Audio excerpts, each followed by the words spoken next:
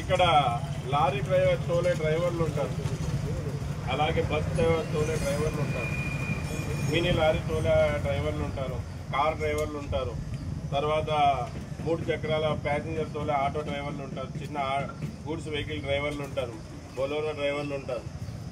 ఈ బండ్లు తోలే వాళ్ళ దాంట్లో అంతా కూడా ఒక్కొక్కరిని తీసుకుంటారు.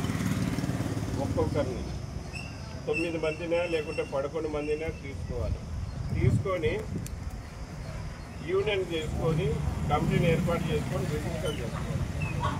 రిజిస్టర్ చేసుకున్నాక ప్రతి ఒక్కరికి ఈ విధంగా ఐడి కార్డులు ఉన్నాయి కదా, మన వాళ్ళకందరూ కూడా ఐడి కార్డులు వస్తాయి.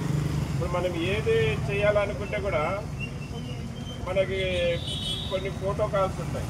మీరు ఊరికి ఇట్లా పోతే మీకు ఎవరు ఏమి చెయ్యరు, ఎవరు మర్యాద చేయరు.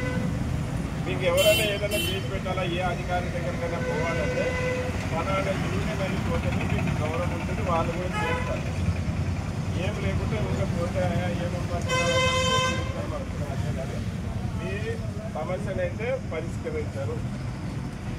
మళ్ళీ యూనియన్ చేసుకోండి.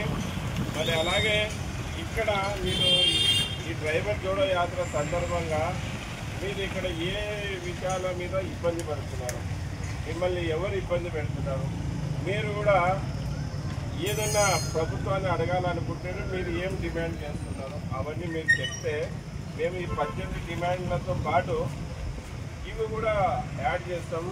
దీని గురించి కూడా ఫైట్ మీరు ఇది కావాలనుకుంటున్నారు, ప్రభుత్వం ఇది దీని ద్వారా మేము ప్రభుత్వంతో లబ్ధి పొందాలనుకుంటున్నామా, ఈ సమస్య కానీ ఈ సమస్య అంటే చాలా ఉంటాయి.